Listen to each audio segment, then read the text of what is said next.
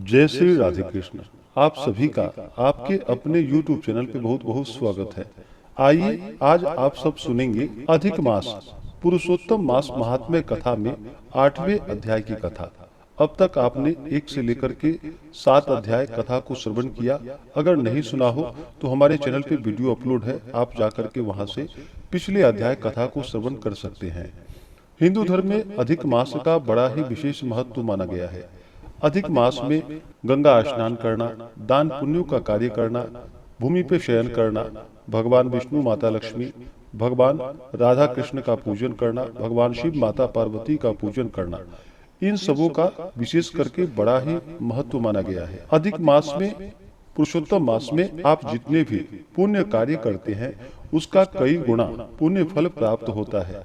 वहीं पे अगर पाप कार्य किए जाए, पाप कर्म किए जाए तो उसका भी फल अधिक होता है। तो जहाँ तक हो सके अधिक मास के महीने में शुद्ध और सात्विकता का पालन करते हुए भगवान का पूजन, कथा श्रवण, भक्ति भजन में अपना मन लगाना चाहिए और पुण्य कार्यों को करना चाहिए। इससे अनंत फलों की प्राप्ति होती है। तो आइए सुनते हैं अधिक मास पुरुषोत्तम मास महात्म्य कथा में 8वें अध्याय की कथा। तो बोलिए प्रेम से भगवान विष्णु की जय, माता लक्ष्मी की जय, श्री राधा कृष्ण की जय, पुरुषोत्तम भगवान की जय, सर्वदेवी देवता की जय। सूत जी बोले कि हे तपोधन, विष्णु और श्री कृष्ण के संवाद को सुन संतुष्ट मन नारद नारायण से पुनः प्रश्न करने लगे। नारद जी बोले कि हे प्रभु, जब विष्णु वैकुंठ को चले गए तब फिर क्या हुआ, सो कहिए। आदि पुरुष कृष्ण और हरिसूत का जो संवाद है वह सब प्राणियों के लिए कल्याणकारक है। इस प्रकार प्रश्न सुन फिर भगवान बद्री नारायण जगत को आनंद देने वाला बृहत आख्यान कहने लगे। श्री नारायण बोले, तदंतर विष्णु बड़े प्रसन्न होकर वैकुंठ को गए और वहां जाकर हे नारद अधिक मास को अपने पास ही बसा लिया। अधिक मास वैकुंठ में वास पाकर अत्यंत प्रसन्न हुआ और 12 मासों का राजा होकर विष्णु जी के साथ रहने लगा। 12 मासों में मल मास को श्रेष्ठ बनाकर विष्णु मन से संतुष्ट हुए। हे मुने, अनंतर भक्तों के ऊपर कृपा करने वाले भगवान युधिष्ठिर और द्रौपदी की ओर देखते हुए कृपा करके अर्जुन से यह बोले। श्री कृष्ण बोले कि हे राज शार्दूल, हमको मालूम होता है कि तपोवन में आकर आप लोगों ने दुखित होने के कारण पुरुषोत्तम मास का आदर नहीं किया। वृंदावन की शोभा के नाथ भगवान का प्रिय पात्र पुरुषोत्तम मास आप वनवासियों का प्रमाद से व्यतीत हो गया। भीष्म, द्रोणाचार्य, कर्ण के भय से संत्रस्त मन आप सब लोगों ने भय और द्वेष से मुक्त होने के कारण प्राप्त पुरुषोत्तम मास का ध्यान नहीं किया। कृष्ण द्वैपायन व्यास देव से प्राप्त विद्या के आराधन में तत्पर रणवीर अर्जुन के इंद्रकील पर्वत पर चले जाने पर उसके वियोग से दुखित आप लोगों ने पुरुषोत्तम मास को नहीं जाना। यदि आप यह पूछे कि हम क्या करें, तो मैं यही कहूँगा कि भाग्य का अवलंबन करो। पुरुषों का जैसा अदृष्ट होता है वैसा ही सदा भासता है। भाग्य से उत्पन्न जो फल है वह अवश्य ही भोगना पड़ता है। सुख, दुख, भय, कुशलता इत्यादि भाग्यानुसार ही प्राप्त होता है। अतः अदृष्ट और विश्वास रखने वाले आप लोगों को अदृष्ट पर निर्भर रहना चाहिए। इसके बाद आप लोगों के दुख का दूसरा कारण और बड़ा आश्चर्यजनक इतिहास से सहित कहते हैं। हे महाराज, हमारे मुख से कहा हुआ सुनो। श्री कृष्ण बोले, यह भाग्यशालिनी द्रौपदी पूर्व जन्म में बड़ी सुंदर मेधावी ऋषि के घर में उत्पन्न हुई थी। समय व्यतीत होने पर जब 10 वर्ष की हुई तब कर्म से, रूप से और लावण्य से युक्त अति सुंदरी और आकर्णांत नेत्र से शोभायमान हुई। चातुर्य गुण से युक्त यह अपने पिता की एकमात्र इकलौती कन्या थी। अतः चतुरा, गुणवती, सुंदरी यह पिता की बड़ी लाडली थी। मेधावी ने सदा लड़की की तरह इसे माना, कभी भी अनादर नहीं किया।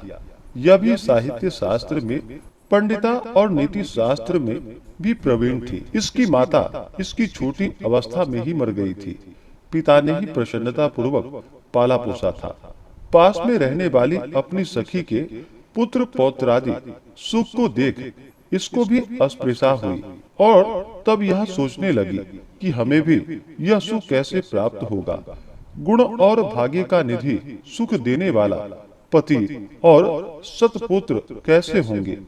इस प्रकार मनोरथ विचारती हुई सोचने लगी कि पहले मेरा विवाह उपस्थित था, परंतु भाग्य ने बिगाड़ दिया। अब क्या करने से अथवा क्या जानने से एवं किस देवता की उपासना करने से या किसी मुनि के शरण जाने से अथवा किसी तीर्थ का आश्रय करने से मेरी मनोकामना पूर्ण होगी। मेरा भाग्य कैसा सो गया कि कोई भी पति मुझको वरण नहीं करता है। बड़ा आश्चर्य है, विवाह का समय उपस्थित होने पर भी मेरे समान वर को पिता ने नहीं दिया। मैं अपनी सहेलियों के बीच में प्रमुख हूँ, परंतु कुमारी होने के कारण पति दुख से पीड़ित हूँ। जैसे मेरी सखियां पति सुख को भोगने वाली हैं, वैसे मैं नहीं हूँ। मेरी भाग्यवती माता क्यों पहले मर गई।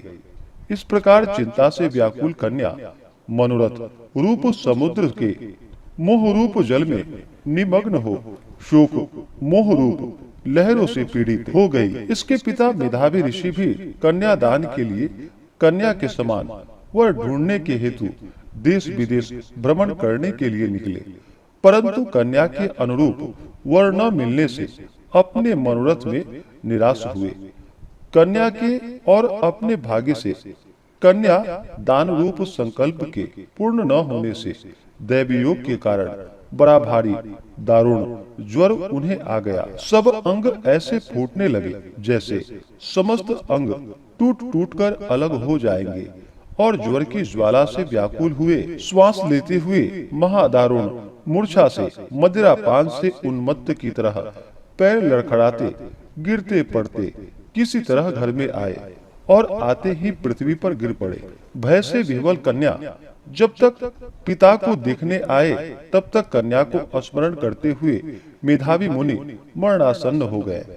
भाग्य के फलरूप बल से एकाएक कांपने लगे और कन्या दान प्रसंग से उठा हुआ जो महोत्सव था वह जाता रहा। तदंतर पहले किए हुए गृहस्थ आश्रम धर्म के परिश्रम के प्रभाव से संसार वासना को त्याग कर भगवान में चित्त को लगाने लगे।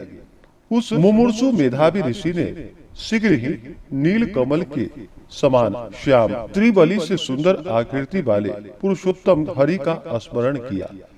हे रास के स्वामी, हे राधा रमण, हे प्रचंड भुज दंड से दूर से ही देवताओं के शत्रु दैत्य को मारने वाले, हे अति उग्र दावानल को पान कर जाने वाले, हे कुमारी गोपिकाओं के उतारे हुए वस्त्र को हरण करने वाले, हे श्री कृष्ण, हे गोविंद, हे हरे हरे, हे मुरारे, हे राधेश, हे दामोदर, हे दीनानाथ, मुझ संसार में निमग्न की रक्षा कीजिए। इंद्रियों के ईश्वर आपको प्रणाम है। इस प्रकार मेधावी के वचनों को दूर से ही सुनकर श्री भगवान के दूत चटपट मुकुंद लोक से आए और उस मरे हुए मुनि को हाथ से पकड़कर ईश्वर के चरण कमलों में ले गए। इस प्रकार अपने पिता के प्राणों को निकलता देख वह कन्या हाहाकार करके रोने लगी और पिता के शरीर को अपने गोद में रखकर अति दुख से विलाप करने लगी। चिल्ह पक्षी की तरह बहुत देर तक विलाप करके अत्यंत दुख से विवल हुई और पिता को जीवित की तरह समझकर बोली। बाला बोली, हाय हाय, हे पिता, हे कृपा सिंधु, हे अपनी कन्या को सुख देने वाले, मुझे आज किसके पास छोड़कर आप वैकुंठ सिधारे हैं। हे तात, पितृहीन मेरी कौन रक्षा करेगा। आज मेरे भाई बंधु माता आदि कोई भी नहीं है। हे तात, मेरे भोजन वस्त्र की चिंता कौन करेगा। कैसे मैं रहूंगी इस शून्य वेद ध्वनि रहित निर्जन वन की तरह आपके घर में। हे मुनि श्रेष्ठ, अब मैं मर जाऊंगी, ऐसा जीने में क्या रखा है। हे कन्या के प्रेम रखने वाले पिता, हे तात, विवाह विधि बिना किए ही आप कहाँ चले गए? हे तपोनिधे, अब यहाँ आइए और अमृत के समान मधुर भाषण कीजिए। क्यों आप चुप हो गए? हे तात, बहुत देर से आप सोए हुए हैं, अब जागिए। ऐसा कहकर आंसू बहाती हुई घड़ी घड़ी कन्या विलाप करने लगी और पिता के मरने से दुखित हुई आरता चिल्ल पक्षी की तरह मुक्त कंठ से रोने लगी। उस लड़की का रुदन सुन उस वन में रहने वाले ब्राह्मण आपस में कहने लगे कि इस तपोवन में अत्यंत करुण शब्द से कौन रो रहा है। ऐसा कहकर सब तपस्वी चुप होकर यह मेधावी ऋषि की कन्या का शब्द है ऐसा निश्चय कर घबराए हुए हाहाकार करते मेधावी के घर में आए और वहां आकर सबने कन्या के गोद में मरे हुए मेधावी ऋषि को देखा और देखकर उस वन के रहने वाले सब मुनि भी रोने लगे। कन्या की गोद के शव को लेकर शिव मंदिर के पास शमशान पर गए। वहां काष्ठ की चिता लगाकर विधि से अंत्येष्टि कर्म कर उनका दाह संस्कार किया। दाह के अनंतर कन्या को समझाकर सब ऋषि अपने अपने आश्रम गए। इधर कन्या भी धैर्य धारण कर यथाशक्ति क्रिया के लिए द्रव्य खर्च किया। इस प्रकार पिता की मरण क्रिया को करके कन्या इसी तपोवन में निवास करने लगी और पिता के मरण रूप दुखाग्नि में जली हुई रंभा की तरह व्यथित होती हुई एवं बछड़े के मर जाने से जैसा गौ चिल्लाती है और खाती नहीं दुर्बल होती है, वैसे ही यह बाला भी दुखित हुई। इस प्रकार से श्री बृहन्नारदीय पुरुषोत्तम मास महात्म्य कथा में 8वें अध्याय की कथा पूर्ण हुई। तो बोलिए प्रेम से भगवान विष्णु की जय, माता लक्ष्मी की जय, श्री राधा कृष्ण की जय, पुरुषोत्तम भगवान की जय, सर्वदेवी देवता की जय। तो आशा करता हूँ कि यह कथा आपको अच्छा लगा हो। इसके आगे की कथा जो कि आप अगले अध्याय में सुनेंगे। इसी प्रकार से ज्ञानवर्धक जानकारियां प्राप्त करते रहने के लिए हमारे इस चैनल पे अगर आप नए हैं तो चैनल को लाल बटन दबा करके सब्सक्राइब करें, साथ में बेल आइकन घंटी को दबाएं ताकि मेरे वीडियो का नोटिफिकेशन आपको समय से मिलता रहे। वीडियो को लाइक करें, शेयर करें। सुखी रहें और स्वस्थ रहें। जय श्री राधे कृष्ण।